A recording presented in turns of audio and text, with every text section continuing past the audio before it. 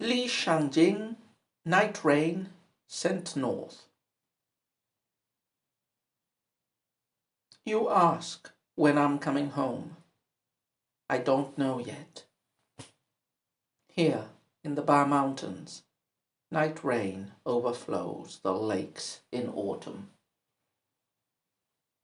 When will we sit together, trimming wicks in the western window, talking about these night rains in the Bar Mountains?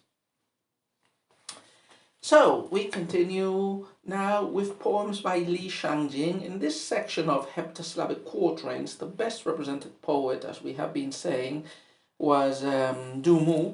But Li Shangyin is quite well represented as well. He has at least, let me see, 1, 2, 3, 4, 5, 6, 7 poems. So only 2 short of Du Mu's in his specialist genre.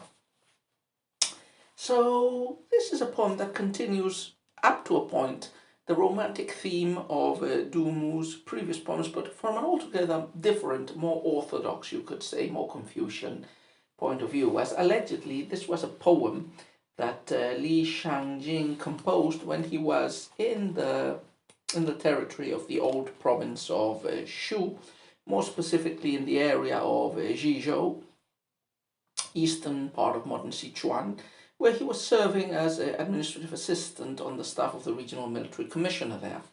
So the Bar area, these Bar Mountains, would have been in the extreme west of China, in the eastern part of that western province. And this province was to the south of the capital, to Shangyin. That is why this poem is called Sent North, because it's meant to be a poem sent perhaps with a letter, whether literally or figuratively, to his wife, who is in the capital. So theme of the poem, separation of lovers. Separation is usually, in a lot of these poems, separation between scholar officials, but here it is between a husband and a wife. A scholar official had to go and serve in different provinces, so this was a rather frequent and not altogether unusual scenario. So, sadness at parting, at separation rather. There's an element of wakefulness at night, which is frequently an element that appears in this sort of poems of lamenting separations. There's not much of a geographical description or a landscape description, but there are some landscape elements of this area of the Bar Mountains and its heavy semi-tropical rains, I imagine. Now, as I was saying, this poem is a little bit more orthodox than Du Mu's. So Du Mu, we talked about it when we were reading his poems, was famous for poems of sensual and erotic decadence. And these poems, whether it was the poems that matched, that created the myth about the figure, or whether the Du Mu really was this seducer and dweller in love affairs, and this is reflected in his poetry, whatever the reasons, Du Mu became very soon a stereotype of the lover. Even in the Tang dynasty itself, in short stories from the late Tang, Du Mu appears as the paramour, as the Casanova. And scholar officials also appreciated his poetry because he was the first one to really give sanction to poetry by scholar officials on sensual and erotic and sexual pleasure. Because until then, the convention in scholar official poetry, for example, was that, scholar officials who couldn't serve in government could retire and dedicate themselves to pleasures. But these pleasures, mostly using the precedents of the sages of the Bamboo Grove and a few others, were basically drinking and the company of friends, composing poetry, that sort of thing.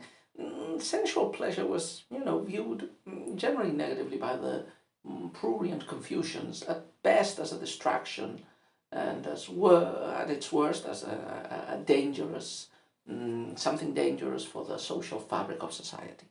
So Du Mu ambivalently, rescues in some of the erotic poems, or very mildly erotic from a Western perspective, but in these poems that sanction the life of the wastrel, of the person who indulges sensual pleasures as a model. And later poetry, especially the Zhu during the Sung dynasty, would continue this trend.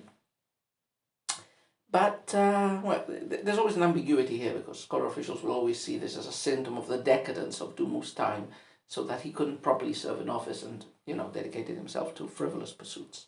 Anyway, Li Shangyin's poem is different. It's a poem to a wife, so very serious, very formal. It's also a about love and separation, but evidently writing to your own wife about how sad you are from being far from her. It's very different from, writing a poem to a concubine or a pretty lady or, a lady of the night and, extolling the pleasures.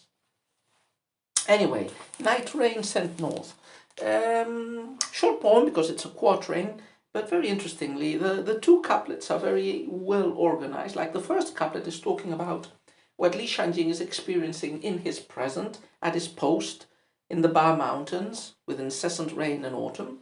The second couplet extrapolates to the future, to his wish of reuniting with his couple, and how from that vantage perspective of the future and of being together, made whole again with his wife, he will look up and talk about what is the present at the moment of the poem's composition.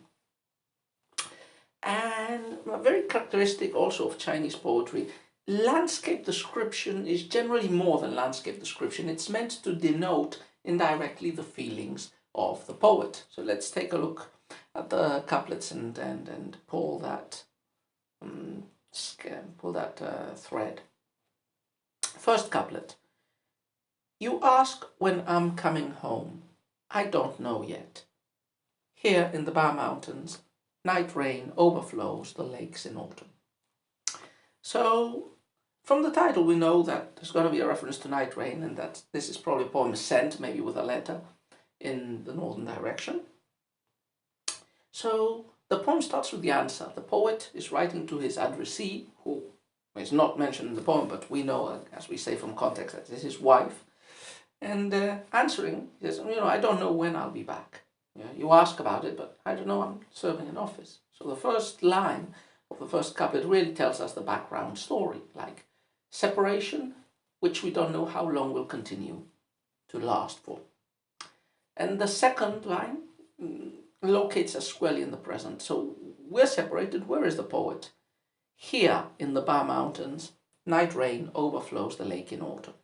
So the poet is in the Ba Mountains and it's raining, just like the title says, night rain. Now, night rain is overflowing the lakes in autumn. Now this could be, it looks like just a description of what the poet is seeing and what is happening. It's just here in this area, maybe not in Shangyin, but in this area it rains a lot in autumn and the lakes overflow. And rainy nights are pretty typical. But again, nature, the description of nature is seldom innocent in Chinese poetry. So falling rain can very easily be viewed as a metaphor for tears, like the sky is crying, just as the poet and his wife are crying because of their separation. There's this idea of correlative parallelism between man and nature. Sometimes they go different ways, and that is mentioned in the poem. Sometimes they go together. Here they would probably be playing the same note of sadness and melancholy. It's autumn also. And remember, autumn is the season of sadness, melancholy, withering in traditional Chinese poetry. The lakes are overflowing from the rain. So this overflowing image, could also act very well as a metaphor for the overflowing of sadness and feeling that the poet and presumably his wife are experiencing because of the separation. Second couplet. The second couplet takes the form of a question about the future. When? Well, the poet doesn't know the answer, of course, so it's a rhetorical question, but it connotes, it transmits his desire to be with his wife in the message that this poem is. So when will we sit together, trimming wicks in the western window, talking about these night rains in the Ba Mountains? So the poet wishes to extrapolate from himself to the future and tells the woman, I really wish, when will the time come when we will be together in our cozy home, in a night like this, but not like this, because we will be together, looking out of the window, like I'm looking now, but with you, probably in the capital, trimming wicks, which means we will be spending the night awake, enjoying each other's company, just as now I am spending the night awake, but alone and sad. Trimming the wick because the candle gets burnt through the night, so the wick of the candle has to be trimmed as the candle gets consumed. So when will we reminisce about this moment of separation, when we will talk with some nostalgia of that time when we were separated and I was writing to you from the Ba Mountains? When will we be together, and when will we be able to look at this depressing present as, an anecdote in the past.